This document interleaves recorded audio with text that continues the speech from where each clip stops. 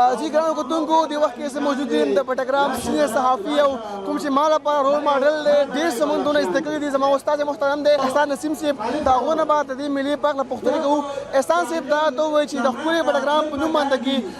په پټګرام په تاریخ کې په ډېر ځای باندې کې د دې ملي انعکاس شوی دی تاسو په دې باره کې څه ویل غواړئ بسم الله الرحمن الرحیم تاسو شکریه تاسو موږ موقع راکړه د خبرو کولو دا کومه میله چې دا موږ ګورو دا ټولو کې مخکې چې په کوم ځایونو کې په کوم علاقو کې داسې قسم لا میلې کېږي دا د دې خبرې دلیل دی چې دغه علاقه دغه خلک امن خلک دي خوشحاله خلک دي دوی د امن دای خلک نو پټګرام په دې میلې نه دا تاثر بار دی چې پټګرام خلک چې دا امن پرست دي دوی امن غواړي او دا تاسو نن کتئ شئ څومره نن باران ومو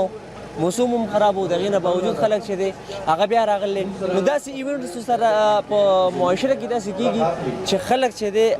هغه د منشیاتو نه سپیشلی یوت خبره کوم چې هغه دې شیزونو نه لرې کېږي او دې غټ طرف ته راځي څنګه چې لکه زموږ دا ینګ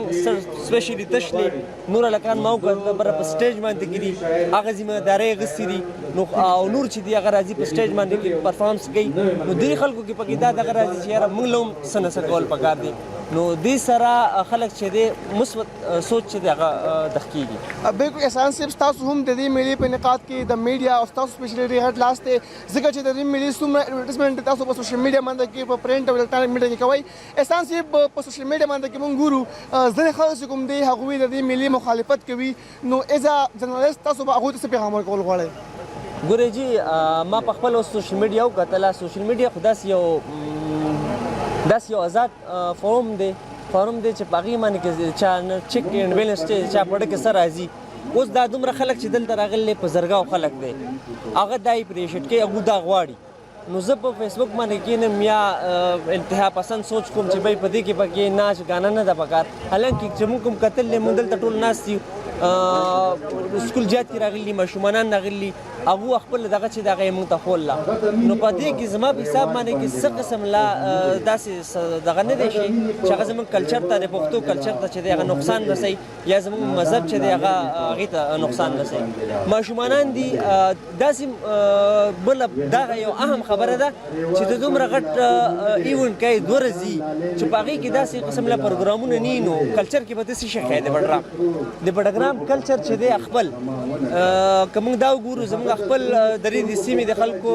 خفه نه شي دا ملګري چې بیا یو ځل رخچا وینا ته ځو زموږ د کلچر څه شی وښیي زموږ د پټګرام د خلکو زموږ د مشرانو څه داسې دغه دي چې موږ هغه ته وښیي د پښتون کلچر دی هغه چې هغه دلته هم کېږي نو سپیشلي زموږ دلته صرف یو مشا کباب پخوي چې هغه داسې یو شی دی چې هغه ناشنا دی نو د هغې نه علاوه زموږ داسې شی شته نه چې موږ دوی بار بار وایي چې زموږ کلچر نو زموږ کلچر د دوی مطابق وایي چې زموږ څه کلچر دی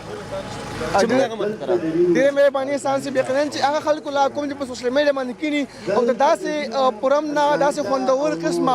فیسټیول باندې کې نیگیټیو تنقیدونه کوي نیگیټیو کمنټس کوي نو هغو لپاره احسان صاحب ډېر ښکلی میسج ورکړو او زما هم دغه میسج دی چې داسې کوم ایونټس چې کوم وي هغه د علاقې